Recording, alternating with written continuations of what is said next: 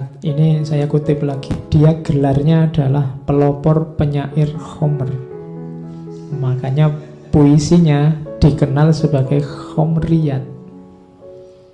Katanya Toha Hussein, kenapa sih kok Abu Nuwas yang disebut pemuka penyair Homer? Padahal sebenarnya banyak sastrawan penyair yang cirinya Homer atau suka minum. Katanya Toha Hussein, karena Abu Nuwas ini minum ini tidak untuk iseng, tidak untuk mumpung aku sumpek tak minum, ini kan minum hanya sekali-sekali untuk selingan. Tapi waktu Abu Nuwas muda, minum itu sudah jalan hidupnya.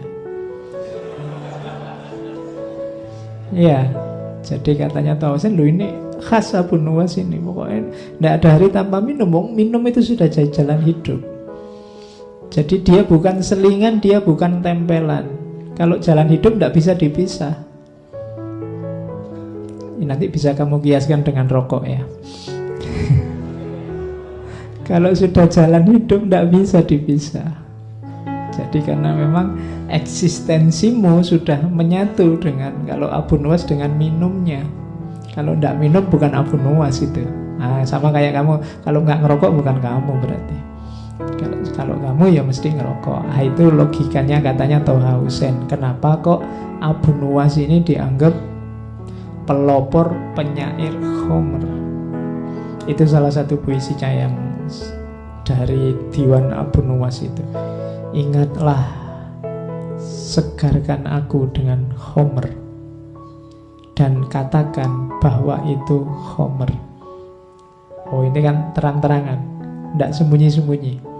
Kita kadang-kadang kalau melakukan yang tidak cocok atau tidak enak, kadang-kadang kan sembunyi-sembunyi. Padahal ya kita nikmati, tapi kita tidak mau menampilkan. Tapi Abu Nuwas menyindir orang yang menikmati tapi sembunyi-sembunyi. Analoginya dengan Homer. Dan katakan bahwa Homer ya Homer, jangan kau segarkan aku dengan kerahasiaan, apabila mungkin dilakukan dengan transparan. Katanya Abu Nuwas, tak ada baiknya menutup-nutupi kelezatan dalam Homer. Itu kan dahsyat sekali. Dia ingin terang-terangan. Kamu pemabuk ya? Iya. Dia terang-terangan, tidak sembunyi-sembunyi. Kalau kamu tidak suka pemabuk, ya tidak usah dekat-dekat aku, kan gampangnya gitu. Dan bagiku mabuk itu enak, kan itu. Itu Abu Nuwas. Arak adalah kenikmatan, kesempurnaan. Dan dia nikmat bahkan saat hanya duduk bersama orang-orang yang duduk meminumnya. Jadi nongkrong aja bareng sesama peminum itu sudah nikmat. Itu Abu Nuwas. Bahkan ini kontroversi luar biasa, ini ceritanya Ibnu Mandzur. Satu ketika Abu Nuwas ini masih mabuk terus sholat. Imamnya membaca Al-Kafirun, Qul ya ayyuhal kafirun. Itu jawab Abu Nuwas. Terus dia jawab labbaik. Iya. Jadi kan itu, katakan wahai orang kafir itu, ya aku ngono. Iya. Itu nyindir kita luar biasa. Kita sekarang takut disebut kafir, takut. Abu Nuwas malah, ya aku kafir ngono. Jadi katakan wahai qul ya ayyuhal kafirun, dia malah jawab. Ya. Nah itu ya memang sedang mabuk, tapi sebenarnya cerita ini sindiran. Jadi kita semua itu biasanya kafir tidak ngaku. Kafir itu kan jenisnya banyak macam-macam. Dan Abu Nuwas ngasih contoh terang-terangan waktu sholat lagi. Iya, qul ya ayyuhal kafirun labbaik. Nah, itu. Imamnya kaget mesti. Terus dia diinterogasi lama. Kalau hari ini itu sudah pelecehan, masuk penjara ini pasti.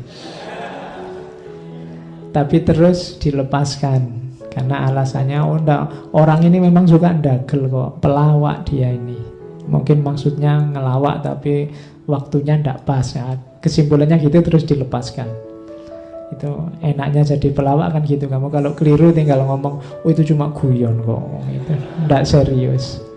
Nah itu Abu Nuwas kan memang beliau ini terkenal aneh-aneh.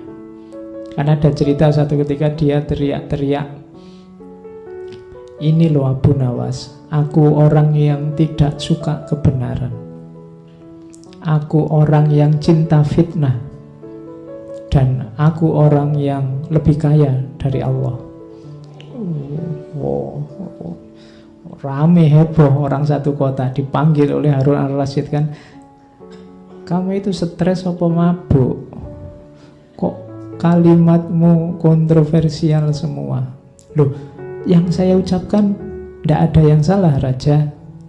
Orang-orang aja tidak betah mendengarkan kelanjutannya. Jadi aku orang yang benci kebenaran karena neraka itu kebenaran, kematian juga kebenaran. Jadi aku benci neraka, aku benci kematian. Aku cinta fitnah, kan ada ayatnya, amwalukum wa auladukum fitnah. Anak-anak kecil kan ya fitnah. Jadi aku cinta fitnah itu maksudnya aku suka punya duit banyak, aku suka anak-anak.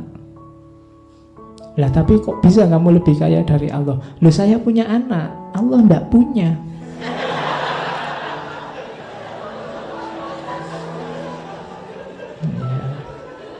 Oke. Ya kan Allah kan lam yalid wa lam yulad. Iya. Jadi itu pinternya Abu Nawas kalau ngomong. Karena ada cerita juga dia suatu ketika bikin fatwa, barang siapa sholat dilarang rukuk dan sujud. Oh itu heboh lagi waktu dipanggil oleh Harun al-Rasyid, kok ada kamu fatwa nyeleneh gitu, sholat kok dilarang rukuk dan sujud. Loh orang-orang kok enggak tanya sholat apa dulu.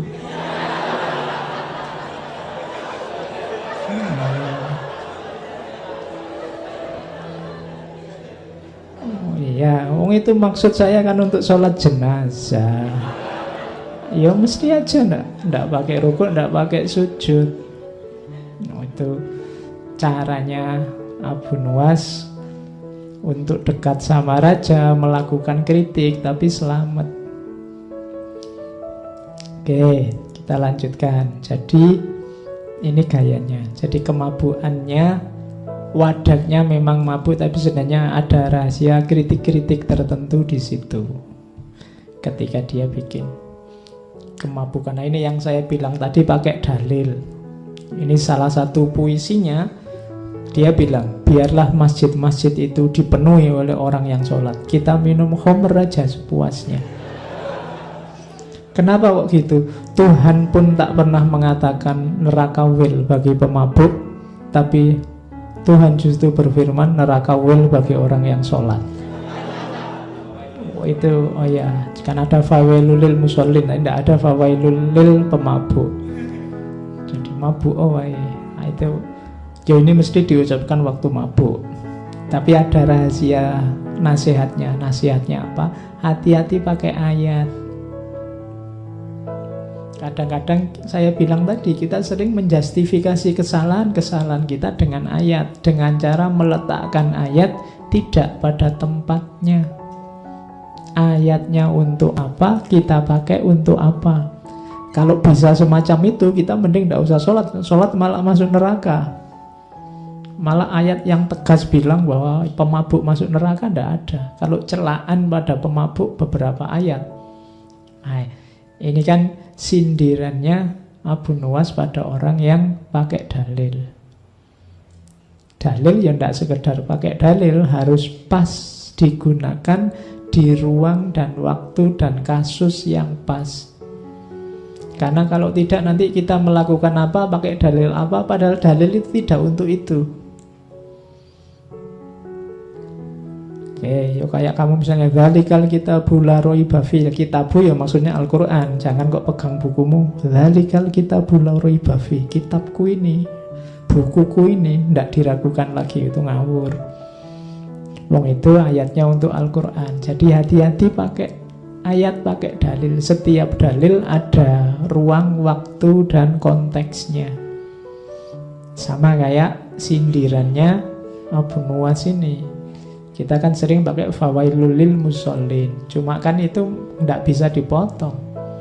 Alladzina hum an sholatihim sahun. Orang-orang yang sudah sholat tapi lalai. Sholat tapi lalai, jangan-jangan makomnya mirip pemabuk yang disebut oleh Abu Nuwas tadi. Oke, terus. Nah, ketika orang tanya Abu Nuwas, syairmu hampir semua isinya khomer aja. Maksudnya khomer itu minuman itu toh. Abu Nuwas bilang, siapa yang bilang? Makna khomer telah muncul tersamar, lalu ia hilang dalam ketidakpastian.